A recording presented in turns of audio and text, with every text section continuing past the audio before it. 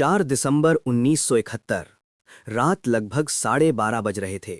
थार के रेगिस्तान में सन्नाटा पसरा हुआ था। ठंडी हवा रेत के टीलों से टकरा रही थी।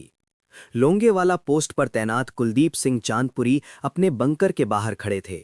तभी उन्हें जमीन के भीतर से आती हल्की सी कंपन महसूस हुई। उन्होंने झुककर कान रेत पर लगाया। ये भूकंप नहीं था, ये कुछ भारी चीजों की लगातार बढ़ती हुई आहट थी।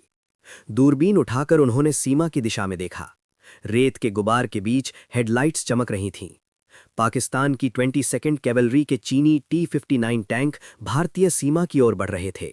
उनके साथ बड़ी संख्या में पैदल सैनिक भी थे। मेजर चांदपुरी ने तुरंत ब्रिगेड हेडक्वार्टर से संपर्क किया। जवाब साफ था, एयर सपोर्ट उपलब्ध है, लेकिन हंटर विमान रात में ऑपरेट नहीं कर सकते। सुबह तक इंतजार करना होगा। 2 विकल्प थे, या तो पोस्ट छोड़कर पीछे हट जाएं या सुबह तक हर हाल में डटे रहें। लोंगेवाला पोस्ट पर सिर्फ 120 जवान थे। वे 23rd पंजाब रेजिमेंट की अल्फा कंपनी के सैनिक थे। उनके पास भारी हथियार के नाम पर केवल 2 जीप माउंटेड 106 मिलीमीटर रिकॉयलेस राइफलें थीं। न टैंक, न तोपखाना, न अतिरिक्त सहायता। रणनीतिक तौर पर यह इलाका लो प्रायोरिटी सेक्टर माना गया था। पाकिस्तान इस रेगिस्तानी रास्ते से बड़े हमले की कोशिश करेगा, ऐसा अनुमान भारतीय उच्च कमान को नहीं था। लेकिन उस रात अनुमान गलत साबित हो रहा था। ब्रिगेड से संदेश आया, यदि स्थिति असंभव लगे तो टैक्टिकल विड्रॉल किया जा सकता है।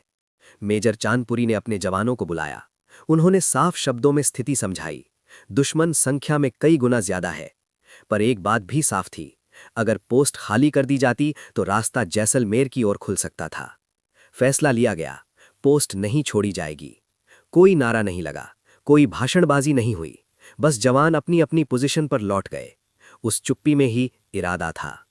लोंगेवाला के चारों ओर भारी मात्रा में एंटी टैंक माइंस नहीं थीं, लेकिन कंटीले तार बिछा दिए गए। मिलिट्री प्रोटोकॉल कहता है, जहां तार है वहां माइंस होने की संभावना है। पाकिस्तानी टैंक रुक गए, इंजीनियर बुलाए गए, जांच शुरू हुई। करीब 2 घंटे इसी में निकल गए। यही 2 घंटे निर्णायक साबित हुए। इस दौरान भारतीय सैनिकों ने अपनी RCL गनों से फायर एंड शिफ्ट रणनीति अपनाई। एक शॉट, फिर तुरंत पोजीशन बदलो। अंधेरे में दुश्मन को समझ नहीं आया कि हमला कितनी बड़ी फोर्स कर रही है। उधर एक और समस्या पाकिस्तान के सामने आई। रेगिस्तान की मुलायम रेत में भारी T-59 टैंक धंसने लगे। गति कम हुई, गठन बिखर गया। सुबह होने में अब बस कुछ घंटे बाकी थे। सुबह की पहली रोशनी के साथ जैसलमेर एयरबेस से भारतीय वायुसेना के नंबर 1222 स्क्वाड्रन IAF के हंटर विमानों ने उड़ान भरी। उनका नेतृत्व विंग कमांडर MS बावा कर रहे थे। हंटर जेट्स के पास आधुनिक रडार नहीं था। पायलटों को दृश्य पहचान के आधार पर टारगेट चुनना था, लेकिन लक्ष्य छिपा नहीं था। रेत में फंसे टैंक खुले मैदान में खड़े थे, मिलिट्री भाषा में सिटिंग डक्स। सुबह 7:30 बजे के बाद हवाई हमले शुरू हुए। 30 मिलीमीटर एडन कैनन और रॉकेट फायर ने टैंकों को एक एक कर निशाना बनाया। पाकिस्तानी सेना ने अपने बख्तरबंद दस्ते को एयर कवर नहीं दिया था। उनकी योजना थी कि सुबह होने से पहले पोस्ट कब्जे में ले ली जाएगी, लेकिन सुबह आ चुकी थी। दोपहर तक स्थिति बदल चुकी थी। कई टैंक नष्ट हो चुके थे, कई छोड़े जा चुके थे। लोंगेवाला की लड़ाई में भारतीय सेना ने बेहद सीमित संसाधनों के बावजूद पोस्ट बचाए रखी। आधिकारिक आंकड़ों के अनुसार भारत ने 2 सैनिक खोए। पाकिस्तान को भारी नुकसान हुआ, जिसमें कई टैंक और बड़ी संख्या में सैनिक शामिल थे। ये जीत सिर्फ एक पोस्ट की रक्षा नहीं थी, इसने पश्चिमी मोर्चे पर पाकिस्तान की योजना को झटका दिया। 11 दिन बाद पूर्वी मोर्चे पर ढाका में 93,000 पाकिस्तानी सैनिकों ने आत्मसमर्पण किया और बांग्लादेश का उदय हुआ। लोंगेवाला की वो रात इस व्यापक युद्ध के संदर्भ में एक महत्वपूर्ण मोड़ मानी जाती है।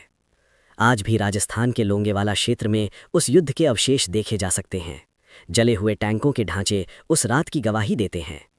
बैटल ऑफ लोंगेवाला केवल साहस की कहानी नहीं है, ये निर्णय, धैर्य, समय प्रबंधन और सामरिक सोच की मिसाल है। कभी कभी युद्ध संख्या से नहीं, सही समय पर लिए गए फैसलों से जीते जाते हैं।